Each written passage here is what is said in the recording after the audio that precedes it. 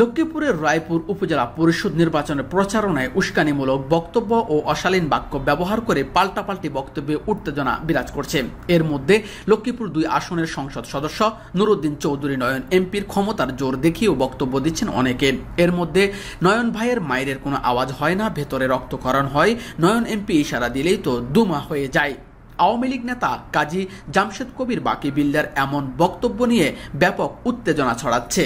এদিকে রোববার সকালে রায়পুর উপজেলা শহরের একটি হলরুমে সংবাদ সম্মেলন করে এমপি নয়নের বিরুদ্ধে নির্বাচনে প্রভাব বিস্তারের অভিযোগ আনেন চেয়ারম্যান প্রার্থী আলতাফ হোসেন হাওলাদার। তিনি লড়ছেন মোটরসাইকেল প্রতীক নিয়ে। তার প্রতিদ্বন্দ্বী প্রার্থী ও উপজেলা আওয়ামী লীগের সভাপতি মামুনুর রশিদ আনারস নিয়ে লড়ছেন।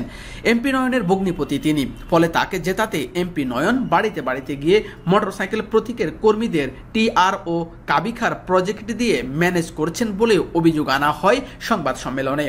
তবে অভিযোগের ব্যাপারে লক্ষ্মীপুর 2 আসনের সংসদ সদস্য ও জেলা আওয়ামী লীগের সাধারণ সম্পাদক নুরুদ্দিন চৌধুরী নয়ন বলেন, নির্বাচন নিয়ে আমি কোনো কথা বলবো না, যে যাই বলুক তা নিয়ে নির্বাচনের পর কথা বলবো। যেহেতু আমি নির্বাচনী প্রচারণায় নেই, সেহেতু কোনো বক্তব্য দেওয়ার সুযোগও নেই। জানা গেছে নির্বাচনে আলতাফ হোসেন হাওলাদারের পক্ষে দক্ষিণ চর বংশী ইউনিয়নের চেয়ারম্যান আবু সালে মোহাম্মদ ফিন্টু ফরায়েজি কাজ করছেন। ফিন্টু ফরায়েজি তার একটি বক্তব্যে এমপি নয়ন ও কেন্দ্রীয় যুবলীগের সাবেক প্রেসিডিয়াম সদস্য মোহাম্মদ আলী খোকনকে নিয়ে অশালীন মন্তব্য করেছেন।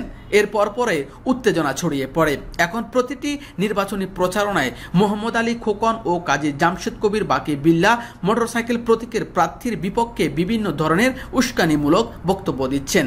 17 মে আনারস প্রতীকের নির্বাচনের সমন্বয়কারী আওয়ামী লীগ নেতা কাজী জামশেদ কবির বাকি বিল্লার দেওয়া বক্তব্য উত্তেজনা ছড়িয়ে পড়েছে। ওই বক্তব্যটি তিনি তার ফেসবুক লাইভে প্রচার করেছেন। এতে নয়ন এমপির ক্ষমতার জোর দেখিয়ে তাকে বলতে শোনা যায়, আপনি তো আলতাফ, এমপি নয়ন ভাইকে চেনেন না। নয়ন ভাইয়ের বিচক্ষণতার কাছে সবাই আত্মসমর্পণ করেছেন। নয়ন ভাইয়ের মায়ের কোনো আওয়াজ হয় না, ভেতরে রক্তক্ষরণ হয়, কাটবেও না, ছেড়বেও না, সেলাই রাখবে না, শুধু যন্ত্রণা হবে, ফুলা ও বেদনাদায়ক জখম হবে, থেতলায়া যাবে, থেতলায়া। এর আগে আরেকটি বক্তব্য নিয়ে তিনি বলেন, এমপি নয়ন প্রভাব খাটান নাই, উনি চুপ করে খেলা দেখছেন। ওনার খেলা শুরু হবে 21 তারিখের পর। উনি সংসদ সদস্য হয়ে আলতাফকে হুমকি দেবে কেন? আপনাকে হুমকি দিলে নয়ন এমপির ইজ্জত থাকে না। নয়ন এমপি ইশারা দিলেই তো ধুমা হয়ে যায়। কাজেই খেলা হবে 21 তারিখের পর, সবাই প্রস্তুত থাকেন। এছাড়া নির্বাচনী প্রচারণামূলক বক্তব্যে আলতাফ হোসেন হাওলাদারকে উদ্দেশ্য করে বাকি বিল্লা বলেন, আলতাফ আহাম্মক, অপদার্থ, ব্যাককেল। তিনি নিজেকে জনপ্রিয় দাবি করেন। পাগলের সুখ মনে মনে রাতে উঠে তারা গুনে। আবার তিনি এমপি নয়ন, মোহাম্মদ আলী খোকন, মেয়র গিয়াসউদ্দিন রুবেল ভাটকে তোয়াক্কা করে না। রাষ্ট্রের ক্ষমতাকে তিনি অবজ্ঞা করেন। তিনি আহাম্মক। উপজেলা আওয়ামী লীগ, জেলা আওয়ামী লীগ ও সহযোগী সংগঠনের ক্ষমতাকে সে চ্যালেঞ্জ করে। 21 তারিখের পর তুমি তার জবাব পাবে।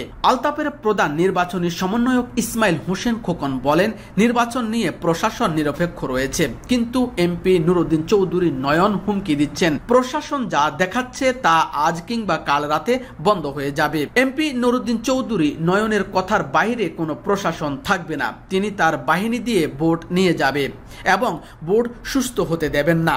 আমাদের নেতাকর্মীদের রাতের অন্ধকারে ধরে নিয়ে যাচ্ছে, তাদেরকে টিআর কাবিখার প্রজেক্ট দিচ্ছে।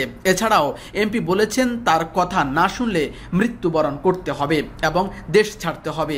এমত অবস্থায় সুষ্ঠু নির্বাচন নিয়ে শঙ্কা রয়েছে। এসব বিষয়ে জানতে চাইলে আওয়ামী লীগ নেতা কাজী জামশেদ কবির বাকি বিল্লা বলেন, মোটরসাইকেল প্রতীকের লোকজন আচরণবিধি লঙ্ঘন শুরু করেছে। মিন্টু ফরায়েজি তার বক্তব্যে খোকন ভাইকে নিয়ে অশালীন বক্তব্য ব্যবহার করেন।